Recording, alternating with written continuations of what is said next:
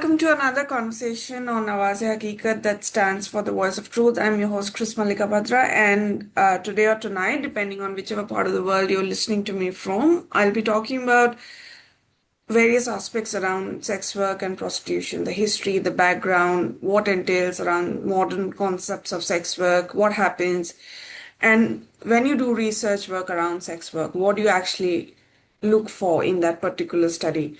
A slight trigger warning, some of the content that we discuss through the podcast might be triggering. So if you feel that you're uncomfortable by the discussion, please feel free to step out of it, take care of your mental health, and come back to it when you feel you're ready to listen to the rest of the conversation and to join me on this very important topical conversation, in my opinion. I'm joined by Ishaan Lal, who is joining me all the way from Germany. We've got a weird time zone difference, so um, big thanks to my guest. Ishaan did his bachelor's in history honors from St. Stephen's College, Delhi University. We're all aware of that college. He's currently pursuing his master's degree in the Center of Modern Indian Studies from University of Göttingen. His academic niche is Ambedkarism and theories and history of sex work and prostitution. On that note, a very good afternoon, Ishaan, if I'm not wrong. How are you doing? Yeah, it's afternoon here in Germany, and thank you, Malika, for calling me on this podcast. And I'm doing fine. I'm actually doing pretty good. That's good. That's good. And thank you for being here. Thank you for saying yes to me. Ishaan, before we start, this is a very heavy loaded discussion and the topic, right? Yeah. Before we get into the deep dive of the topic itself, tell us what drew your attention to this particular study around sex work. Actually, during my bachelor's in the first semester itself, I took an elective paper. It was Mm, titled Women Power in Politics. yeah. So there was a particular section on sex work and their rights in that Mm, paper. So I just started studying about it. And mm, then when my final exam was there, I went to my father. I had mm, read Periyar freshly during that time. mm, So I told my father, I asked him if he can give me something Ambedkar has said on sex workers. mm, So he told me about that famous speech which he delivered in Kamatipura in 1936. mm, And I was pretty much shocked by what he said. mm, Because see, as a person growing up in India, as is gaining grounds right in politics and society, even in economic debates. mm, I thought that Ambedkarism is an all-encompassing ideology, and Ambedkar thought about everyone because he's called famously called the champion of human rights, right? So, but when I read about what he has said in Kamatipura, I was shocked, and then I just wanted to write my undergraduate thesis on it. I had the option of writing it. So it was titled Reinterpreting the Feminist in Ambedkar. So mm, I interpreted Ambedkarism and even Ambedkar through the lens of modern Indian sex workers' feminism. right. So that's how I got interested in that topic. Then I just bifurcated my thesis, and one Mm, aspect of it is it placing Ambedkar in the feminist thought, the Indian feminist thought, and the other aspect was of the sex work. mm, mm. So that's how I just got initiated into sex Very work study. interesting. And I think I like to thank you as well for picking up this as your study and line of research because not a lot of people get into this. Not a lot of light is usually shed on this Yeah, community due to which they are shunned in the dark corners. So thank you for yeah, doing what you're doing, Ishan. Moving on from what drew attention to, you and I both know and are aware that this is a huge stigma, right, around yes, prostitution yes. and sex work. It's a black curtain that's drawn over that community. How does that stigma in the South Asian belt impact their accesses to services or social inclusion or basically economic opportunities? Actually, women who get initiated into sex work Mm, are driven by their economic realities because mm-hmm, sex work, again, there's this paper by Cynthia Cole Robinson where she explores theories on sex work, feminist theories. So she argues that sex work is very lucrative. That's why many women just go into it.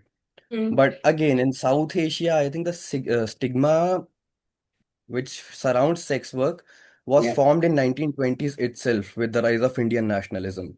Mm, When you see the religion got separated from society, it's a personal thing, and then there was mm, this Devdasi system. So Devdasi system got devolved into not sex work per se, but prostitution, I would argue. Yeah. So yeah, from 1920s, there has been a good amount of stigma surrounding their work and their identities as well. Because see, living in India, especially in North India, you have this thing which Sahana Udupa calls gali culture, Mm. where again most of the galis or the cuss words, abusive words are just surrounded around a woman's sexuality, her Yeah. womb, her Yeah. vagina, her Mm. profession. So again, Mm. even in upper class societies or higher end of the society, we hear just words like R&D and something like that. Mm. R&D is a Mm. prostitute in Hindi. Mm. And when you see such things happening in the upper stigma of the society, then it's very natural that people won't just take the road to a specific destination which passes through the colonies of sex workers. Right. Right. And then because people are like, if we pass through this area, oh my God, we are passing through the area of sex workers. We just Mm. don't want to engage with that. And again, there's this exploitation, a very bad exploitation of sex workers where the civil circles of a society, like the policing system, just exploit sex workers for their physical interests, Mm. don't pay them. But when they have the time to raid a kotha is a brothel in Hindi again, they have to raid a quota, they will do that. Willfully, they will do that just to earn money. Mm. And even when sex workers just go to have some medical attention or something like that, they are just not given that thing. Because first of all, they come from a lower strata of the society, then they have a social stigma surrounding their sexuality and profession. People Mm. would just say, oh, a Randi or a prostitute is coming, so just don't pay any heed to her. Mm. So that's the amount of social stigma which has been there in India for around 70, 80 years, 90 Yeah. years, 100 Mm. years, you can say, for a century. So Mm. yeah, and it's very hard to fight off that stigma. There have been movements which were initiated by sex workers. You have Gangubai Kothewali, you have Nalini Jamila, you have Yeah. Darbar Mahila Samanvay Committee from Mm. Bengal, who Mm. say that the rules around sex work, the governmental rules should be repealed. Because again, when these rules are made, the pimps just get a loophole to Mm. double the exploitation. Right. And even Nalini Jamila argued that there should not be an immoralization of sex work Mm. because it would make it easier for the sex workers to get medical attention. Mm. Even Mm. Gangubai Kothewala argued for that in 1930s, 40s. Right. Mm. Yeah, so that's where I the answer. It's what is appalling is to realize that these stigmas still are present in the 21st century, Yes, right? We yes. almost toward 2026 and we are still having this discussion. And I wouldn't be surprised if we still have this discussion 10 years from now because situations are Yeah, yeah. such. Yeah. Even I think that it might take a century or two to wash off that stigma. And again, it would not be washed off completely Oh from the yeah, South yeah, yeah, Asian for belt. sure. Absolutely. Right. And again, we call ourselves a modern nation. Coming from India to Germany, I just saw massive drift regarding sex work. People Yeah. here can be open about it. They have Mm. medical insurances, they have state security system, but in India, do not have such thing. True, true. I see similar things in Australia as well. So Yeah, it's a lot more, the conversation is a lot more open. You don't have that shame around if someone chooses yeah, to opt for that. But moving back to South Asian perspective, Ishan, you talked about, you briefly mentioned Devdasi system, right? That yeah. was the history where it was under the religious garb. So Mhm. does the sex work in the South Asian area have any historical background? I argue that it is. Mm. Some days ago, I was just talking to one of my teachers. He's a fabulous historian. So he argued that Ishan, yes, you can trace some similarities from the Devdasi system from early medieval India to the modern prostitution, to the problem modern prostitution, but don't be too rigid. Then I was talking to my mother. She also mentioned that Ishan, see, if you have a historical background for a specific thing and you move ahead in time, it does not completely change Mm. and Yeah, it does not completely break from its root. So it has a continuity as well as a break, right. right? So the prostitution, the problem of prostitution actually, I say that it actually existed from ancient India, from Mauryan India. You Okay. read A.L. Basham, Mm. The Wonder That Was India, and then you read Kautilya Arthashastra. Mm. So A.L. Basham interpreted it, and argued that there was state protection for prostitutes. Mm. They could be used as spies, they could be used as concubines, they could be used in the darbars, Mm. a prince's court or a king's court. Yeah. But then sexuality, like explicit sexuality, started in early medieval India with the starting of Bhakti movement. Okay. There were two sects, Shaivite and Vaishnavite. These two are Mm. major sects. And the Mm. Shaivite sect, you have Bhakts of Shiva, Mm. worshippers of Shiva in Yeah. any form. It can be a ling, it can be a tree, it can be anything. Yeah. It can be a Mm. stone, right? It can be an amulet. So from there, extreme sexuality got into being. We have this tradition of five M's. It's called Panch Makara. Panch Okay. is five, where you have Mm. consumption of madhya, that is alcohol, Mm. mass, meat, Mm. matsya is fish, Mm. mathuna is sex, and the last time I'm forgetting the actual word, but it's grain. Okay. Mudra is Mm. grain, Mm. right? So it's spread in Eastern India, Northern India, it's spread everywhere, in South India as well. But again, with time, when it became a challenge to Brahmanism, or you see Vedic traditions, they started incorporating it. Mm. They started incorporating, appropriating it, and then you have the birth of the Devdasi system, Okay. where a priest would be the central Yeah. figure. Mm. Religion, I'm sorry to say, but religion was just made a tool of sexual exploitation, and that too specifically of lower caste. Mm. Because Bhakti movement was very popular amongst the lower castes, right? And then you have patriarchy entwined with that, where the Yeah. upper caste men or the Yeah. priest, who was predominantly men, who would convince the lower caste people, oh, that your daughter is going to serve the god and all and all and all. So Mm. basically, the daughters were forced into this profession by their parents, and then the daughter would become the bride of the god, Mm. the bride of the god, quote unquote, and then she would become the bride of the whole village. So we have Jeez. the intertwining of the concept of Kul Devta here. Kul Devta is a Mm. village's god. So then the daughter, the woman who just got initiated into the Devdasi system, would have to serve the sexual needs of all the men. Primarily, it was the eldest son of a family, but again, then it started just broadening its horizon, its route. So every man could sexually exploit that woman. Mm. Yeah. You have it in Maharashtra, you had it in South India, you had it Mm. in Bengal, you had it in historical Uttar Pradesh. So all of this happened. You had it in Bihar. Then again, with the coming of what you say, Indian nationalism, we see a break. We see a break between the private and the public. Okay. Religion is a private matter, worshipping is a Mm. private matter, Mm. and Mm. all the good aspects. You have the a very saintly paraphernalia in the Indian society regarding sex and all. So Mm.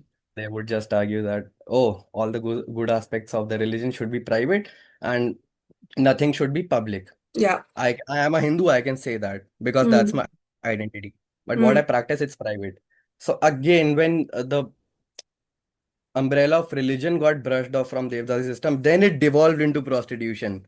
Oh, yeah. Right. Mm. Temples were the central focus of Devdasi system. But when it got Mm. abolished, kothas emerged as the new home of the prostitutes or sex workers. Mm. And then they had all sort of violence associated with it as well. Yeah.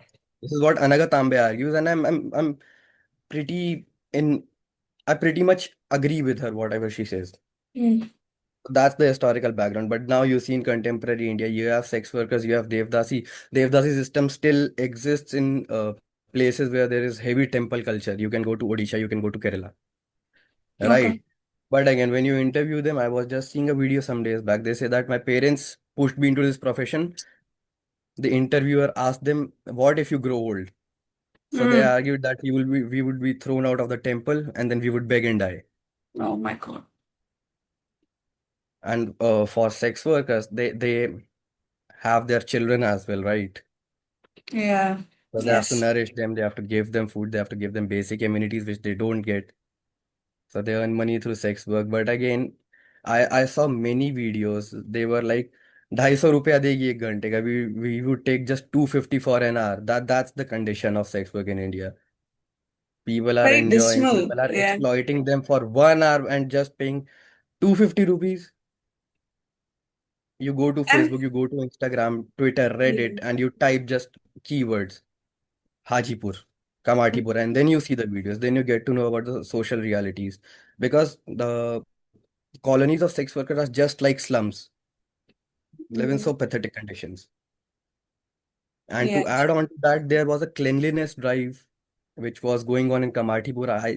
I don't know the exact date because it's not mentioned, where a Scottish missionary school went on to a cleanliness drive that will clean the brothels from the area. Then Gangubai Yeah. Kathiawadi reportedly went to Nehru Mm. and said that no, this should not be done. We have our lives, we have to support our families, we have to support ourselves. So Nehru intervened and stopped the demolishing of that area. Right. Yeah. But still, people right now, governments right now just lack that political will, and they lack that sensitization. True, and when you say that it's just 250 rupees, it's not only the financial aspect, right? Because they are often mistreated, abused, and the verbal assault that also comes with it because there's no respect for these people in the community. Hmm, hmm, hmm. They are seen as a site of disgust. So it's money plus that social respect also that is lacking for them. Yeah, they lack social respect. And again, uh, it's not legally criminalized to be engaged in sex work in India, Yeah. but again, these people are treated as criminals, Mm. Mm. illegal occupants of a particular area. These people are treated as criminals. It's just bad. But anyway, yeah, the more I listen to you, it's just giving me goose flesh. But Ishan, you brought up patriarchy, and Yeah, it's hard to put it around, but again, we have to accept that patriarchy is still around us, right? yeah, Um, it is. in what ways does patriarchy and those traditional gender roles, like, do they at all intersect with sex work? And if they do, how can we change that dynamic? I would argue that patriarchy does intertwine with sex work, but not traditional gender roles. Okay. Because you see, traditional gender roles are for whom? The upper caste women, Mm. right? Yeah. Originally, they were for the upper caste women to control their sexuality, to control their access to resources, to make them dependent on men. Mm. But when we see the social realities of sex workers, Mm. they are engaging in the most disrespected profession of Indian society, which lies Mm. outside their homes. Mhm. So we just can't say that traditional roles of gender are affecting them in any case. Mm. But patriarchy does affect sex work. You read Periyar, there's a book called Why Were Women Enslaved? It's a collection of 10 speeches of Periyar which he gave during the course of 1920s to 1930s. It's Okay. translated in English by Meena Kandasamy. So you read that there's this specific section on prostitution, Mm. and he starts the book by Veluar and chastity. Veluar was a saint, and Mm. chastity was actually made for women of the upper caste.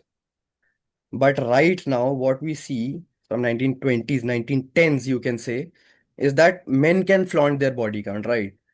They can just do whatever they would want to do, whatever they like to do. They can explore themselves in any imaginable Yeah. way, right? Yeah. But Yeah. same is not true for women. Mm. A man can only get enraged when he's called son of a prostitute. This is Mm. what Peria says. This is in the book. I'm not saying it. Mm. But again, a woman can't do the same thing. Right. But Mm. if it's a social reality and an economy reality, and she was forced into this profession, then they just get invisibilized. Right. Mm. Yeah, But Ishan, when you mentioned that, a woman's sexuality is always the focus somewhere, like the cuss words come out from there, yeah. historic. Why is the woman's sexuality such a problem that you have to literally put it under control? Is that a threat? Do people see it as a threat? I would argue yes. That's patriarchy. The founding pillar of patriarchy is control, right? Yeah. So to control any sect, you control the woman. Even during the wave of first wave or second wave of nationalism in India, Yeah. what do we see? Bharat Mata, Mm. not Bharat Pita. We see Bharat Mata, that this is our mom and we have to protect her. So Yeah. again, the whole nationalism got centered around a woman. Mm. So it's very natural that when you have to shame someone, you would just target women of that community. Like Shahana Udupa is an anthropologist. She wrote this paper called Gali Cultures. Mm. Right. She was interviewing some people. She was just showing the social realities of India. And again, just because she was a woman, she was given death threats and all sorts of cuss word, which you can imagine. I can't even say it here. Yeah, yeah, yeah. Get it. Yeah. Right. So, see, Mm. being a woman in this patriarchal South Asian belt is not very easy. And if Mm. even if you are a man, it's not very easy. They would just target your mothers and sisters. Yeah, true. It's You you either would way, never you would never hear any cuss word centered around a man. man's genitalia. Mm. Right? It's always a woman. Yeah, yeah, true. It's always a woman because Always a she woman. gives birth, right? Even Mm. biological, even if you go into the biological reasons, she gives birth. She Mm. has to carry a baby within her for 9 months. She has to be the nurturing one. So Mm. it's very easy to target women in that sense and to shame someone and to shame someone. What drives what I mean drives me to the wall literally is kind of we're still doing it in today's date and time. It's still Yeah, happening. Yeah. But moving but on. not only in India. You Everywhere. take Yeah, you yeah. take any country, any Yeah. language, and just Yeah. start a research on cuss words. You have Yeah. that in Spanish, you have that in German, Yeah. English, Hindi, Urdu, everywhere. It's just the Bhojpuri, degree of insanity, but it's there. It's a global it's there. problem. Yeah, yeah, It it's a has global always been problem. there. Yeah, and I don't know when it's going to go out, but yeah. Um, coming back to the conversation about sex workers, Ishan. Um, what are their, you must have done your research, right? And when you did your research, what are their Hmm. experiences with violence and discrimination based on their caste and class and other social identities? Caste and class and other social identities. See, class, I mentioned that most of them come from a lower And yeah, class, yeah. right? Then caste, I also mentioned that they Mm, come from a lower caste. They were either pushed into that business by their parents, or they were taken or absorbed by the religion or the priest mm, or any sort of a person acting as a religious mm. interpreter, Yeah. right? Then I have not done any ground research, but again, I've read primary sources. You have Mm, got Nalini Jamila. She had her children, her husband died, so she had to support them. And mm, then there was some chechi or aunt who introduced her to sex work. Then she got into sex work. She had romantic encounters there as well. She earned money, but then she left it. okay. Then she became a social activist. Mm, You have the case of Gangubai mm, Kothewali Kathiawadi, Gangubai Harjivan Das. You can call her by any name, any of the three mm. which I mentioned. She was sold into this business by her husband Yeah. for 500 or 1,000 rupees. The sources are Yes. debatable, but she was sold into this profession by her husband just for money. Mm, mm. So again, home itself become a site for exploitation for these people, that they're driven by monetary needs. Even if they're not driven, they're sold into prostitution by monetary needs of their men. Yeah. Oh my And God. then the society does not want to see them as equals. I told you about the cleanliness drive in Kamathipura. Yeah. Yeah. Yeah. I told you about the road which people take if they have to go to a particular destination, and how people see it. It's just not grotesque actually, but how people think about them is a Of grotesque thing course. to say. Yeah. I was coming from somewhere on a bike, and there's this place called GB Road in Delhi. All the sex workers live there, and there was a traffic there. People would just close the windows of their cars, and I saw prostitutes for the first time in my life. Right. And I was astonished. I was like, wow, these actually look like normal women which we see in Mm, our households, mm. and how people have portrayed them. Yeah. That's Yeah. blasphemous. Yes. True. I had a similar experience years ago when I was in Calcutta for my engineering. We somehow had Mhm. ventured into Shonagachi. And the lady was just Yeah. normally sitting there. And if you just cast a look on them, you can't even tell that something is different or something that sets them different apart from us. Normal breathing human beings. But it's just that Yes. the the stamp that has been put on them that, oh, this place is the rest of us. It's not our society. But it's just normal women trying to make a survival. That's how I saw Trying to, it. yes, yes, yes. That's how even I see it. But again, it's a two-edged sword. Yeah. Cuss words are centered around a woman's Oh womb. yeah. But again, you also see cuss words, cuss words centered around masculinity as well. Because when you go deeper into the area and you just don't want to engage in sex work, you will be just called a gandu, a person who loves anal intercourse, or even a chakka, who is a transgender. Not only by the local inhabitants, but also by his friends. You Mm. see, the topic of chastity and virginity are so sensitive, It's a headache. Like I right? these things on Facebook and it's a headache reading these things. But Ishan, Yes. what about their children? What about the children of the sex workers, right? Do they get that respect when they are enrolled into schools or trying to get a job or just trying to lead a normal childhood? Do they get that place in the society?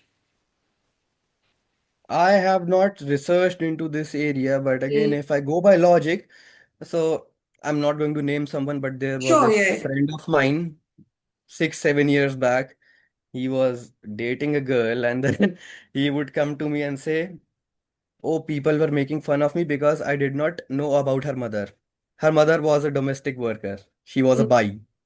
Yeah. And then he broke up with her because she was the daughter of a bai.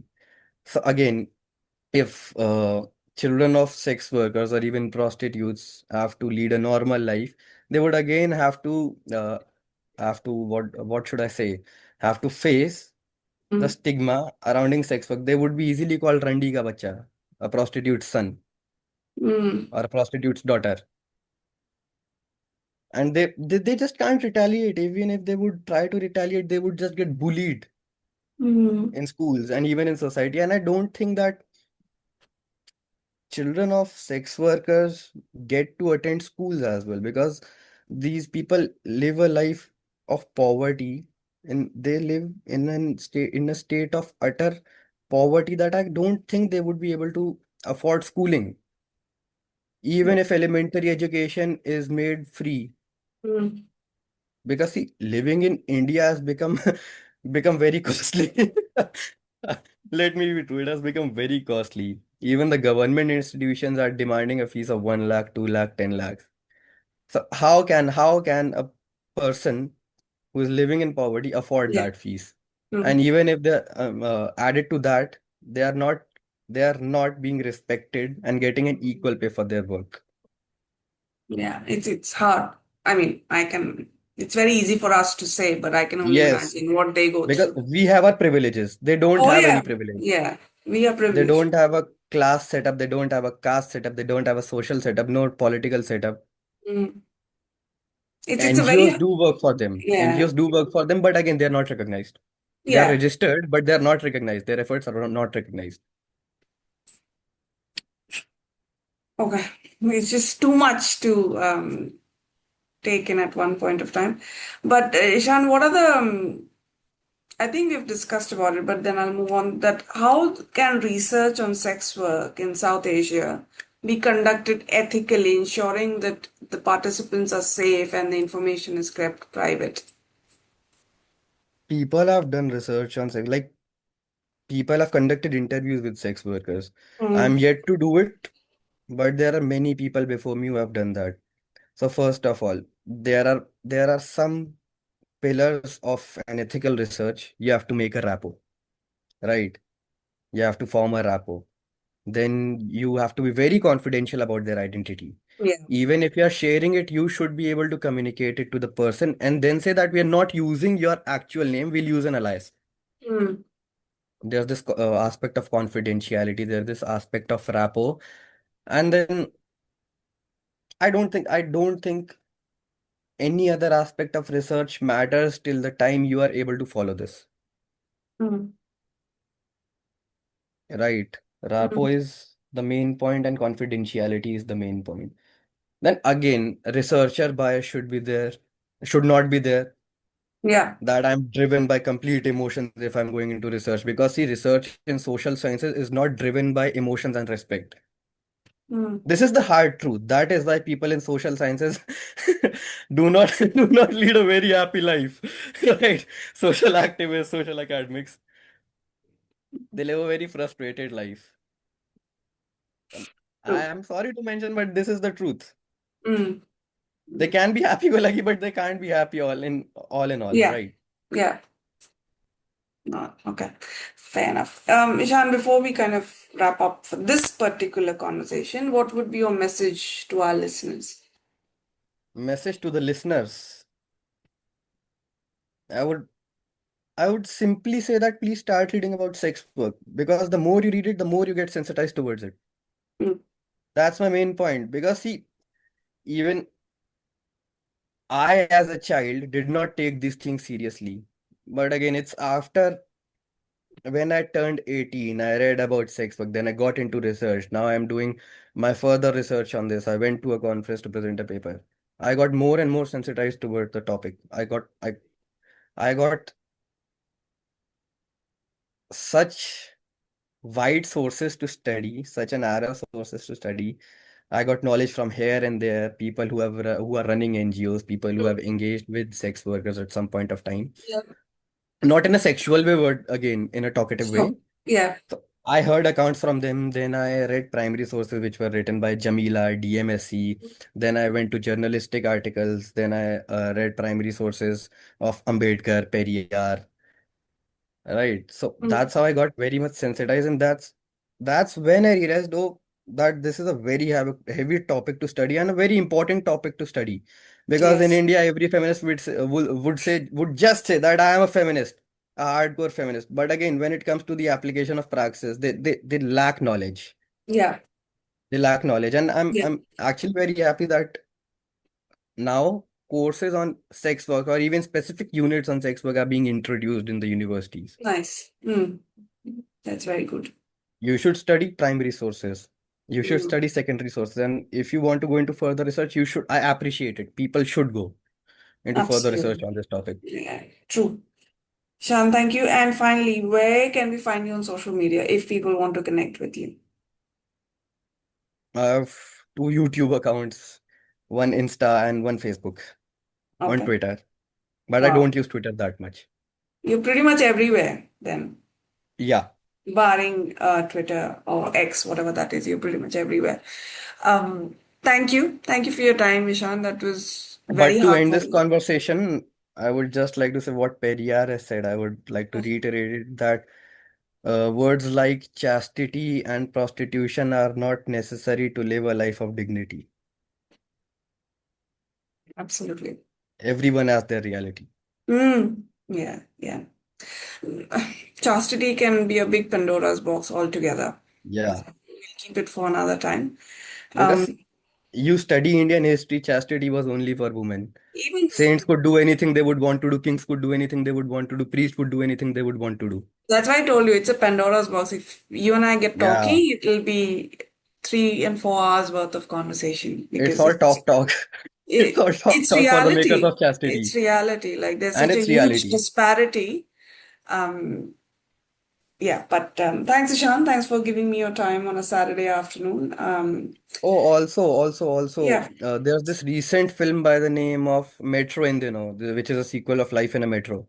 yeah, yeah, yeah, Right. yeah. And in that movie, there's this aspect of cheating covered. Okay. I haven't Where a seen it man yet, would be so hyped up, where a man would be hyped up if he's in a marriage and he's on dating apps, he's just seeing women. But again, the same is not true for women. Even cinema has this representation. but cinema picks up from reality. That's the saying. Yes, It picks yes, up from yes. reality. So, and modern day dating relationship, as I said, each term is a Pandora's box. We sit down to Yeah. talk. It's just so chastity in itself has layers. I would Mhm. like to say it that It way. has it has layers. It Like is a layered there word, and it's cute. like You see, there are many stories written on the problem of prostitution, not only stories, like personal accounts as well. You have them for the problem of Devdasi as well. You go to Mm. Marathi literature, I would mention two stories, Napat and Chandka. Mm. You read it. There are translations as well, I believe. If I find them, I would send them to you. Sure. You can also connect this to the body count that you mentioned, right, Ishan? So Mhm, even in today's time, when I speak to some men, they say, and they are very proud to admit it, that I'm very particular to the women I'm speaking to. If she mhm, says, if she mentions that she dated, let's say, XYZ person, people before me, I'm not mhm. going to accept her in my life because I don't know what she might have done previously. And I said, well, the Yeah. same thing, well, the same thing is applicable to you as well, right? Mhm. And they're like, no, that's different. For women, it's different. How is it different? It's the same thing. You see, women are treated as inferiors, and then sex workers are treated not as a part of Even society, I would yeah, say. two steps, three steps below inferior. So Yes, yes. yeah, And then they have this double or triple disadvantage of being a lower class, lower caste, and then a sex the worker, worst then living in matrix slums. you can think of, they Yes, have it. yes. But And Ishan, thank you this so has much. been often ignored, like very much ignored in Indian academia.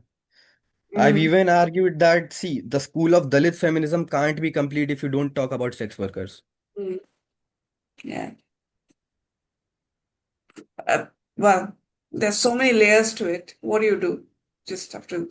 But at least you're And picking it up. I'm sure you'll inspire a lot more other people who will pick it up. and you see, people are like, oh, these are lower caste people, we would not touch them. But again, if they are Devdasis or sex workers, they would just exploit them there for the services. Right. There are many layers to it and many grotesque layers, not very pleasant. Yeah, I agree. I agree. But thank you, Sean. Thank you for having this conversation with me. And to our listeners, this could be triggering for you. If you feel that this is triggering, please step out, take care of your mental health, and come back. Please listen to it Yeah. because it's important. Ishan's research is important for the betterment of a large part of our society. These are some of the people who help us, and these are some of the people who need our help. Really, their children need a respectable life. So thank you for being on the platform, Ishan, and I wish you all the best in your future. And hopefully we can have some more conversations in Yeah. future as well. Thank you. Thank you, Chris, for calling me here. And then, yeah, again to our listeners, please do listen. Please do listen to podcasts on such topics. Thank you, Ishan. Thanks. Do listen, it's important. You too.